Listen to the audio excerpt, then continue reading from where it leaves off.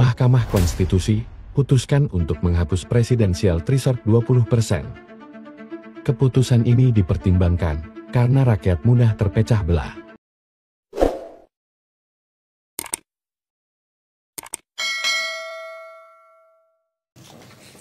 Putusan nomor 62 garis miring PUU 22 Romawi tahun 2024. Demi keadilan berdasarkan ketuhanan yang Maha Esa, Mahkamah Konstitusi Republik Indonesia yang mengadili perkara konstitusi pada tingkat pertama dan terakhir menjatuhkan putusan dalam perkara pengujian Undang-Undang nomor 7 tahun 2017 tentang pemilihan umum terhadap Undang-Undang Dasar Negara Republik Indonesia tahun 1945 yang diajukan oleh Enika Maya Oktavia, Rizky Maulana Syafi'i, Faisal Nazirul Haq, dan Talis Koril Fatna, selanjutnya disebut sebagai para pemohon. Membaca permohonan pemohon, mendengar keterangan para pemohon, dan seterusnya dianggap telah diucapkan.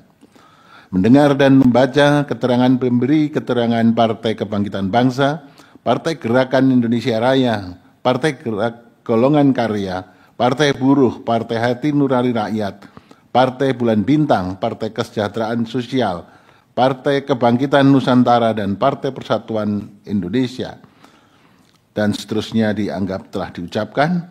Duduk perkara selanjutnya dianggap telah diucapkan. Pertimbangan hukum. Kewenangan mahkamah. Mahkamah berwenang mengadili permohonan pemohon. Kedudukan hukum pemohon. Pemohon memiliki kedudukan hukum sebagai pemohon dalam permohonan aku. Selanjutnya, paragraf 3.7. Bahwa berdasarkan uraian dalil-dalil di atas, para pemohon memohon kepada mahkamah untuk menyatakan ambang batas minimal persentase pengusulan pasangan calon presiden dan wakil presiden dalam pasal 222 Undang-Undang nomor 7 tahun 2017 bertentangan dengan Undang-Undang Dasar Negara Republik Indonesia tahun 1945 dan tidak memiliki kekuatan hukum mengikat. 3.8 sampai dengan paragraf 3.20 dianggap telah diucapkan, selanjutnya dianggap diucapkan. Paragraf 3.21.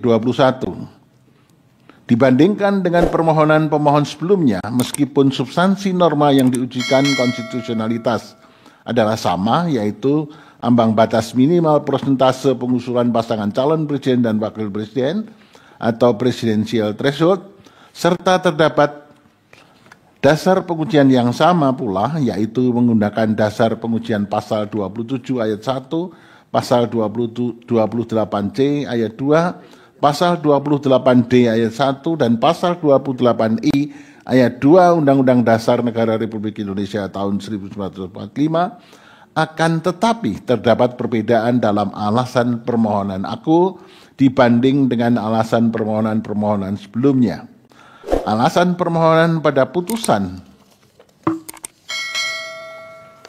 lain yang sedang diperiksa oleh mahkamah dengan objek pengujian konstitusionalitas yang sama, yaitu pada perkara nomor 1, 29 dan seterusnya, perkara 67 dan seterusnya, perkara 111 dan seterusnya.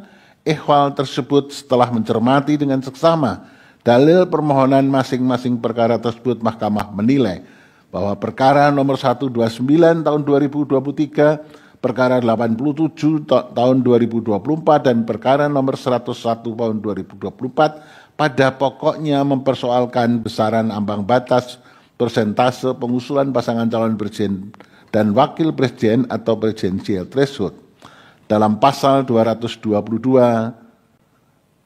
Undang-Undang 7 2017. Sementara itu dalam perkara aku, sekalipun terdapat kesamaan objek permohonan dengan perkara-perkara tersebut, namun perkara aku tidak mempersoalkan besaran angka atau persentase ambang batas pengusulan pasangan calon presiden dan wakil presiden, melainkan mempersoalkan konstitusionalitas pengaturan ambang batas pengusulan pasangan calon presiden dan wakil presiden.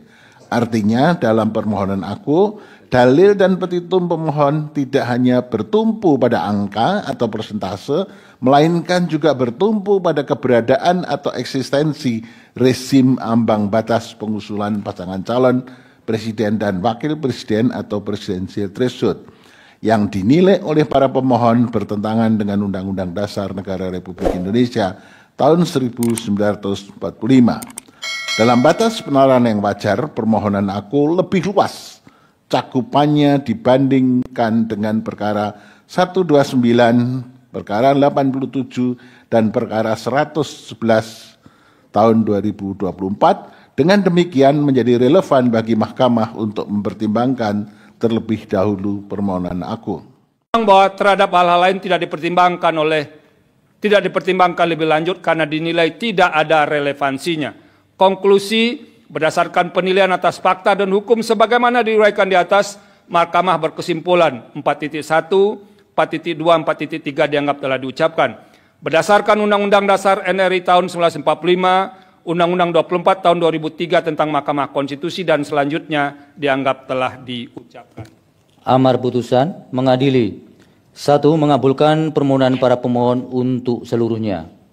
2. Menyatakan norma pasal 222 Undang-Undang Nomor 7 Tahun 2017 tentang Pemilihan Umum Lembaran Negara Republik Indonesia tahun 2017 Nomor 182 tambahan Lembaran Negara Republik Indonesia Nomor 6109 bertentangan dengan Undang-Undang Dasar Negara Republik Indonesia tahun 1945 dan tidak mempunyai kekuatan hukum mengikat.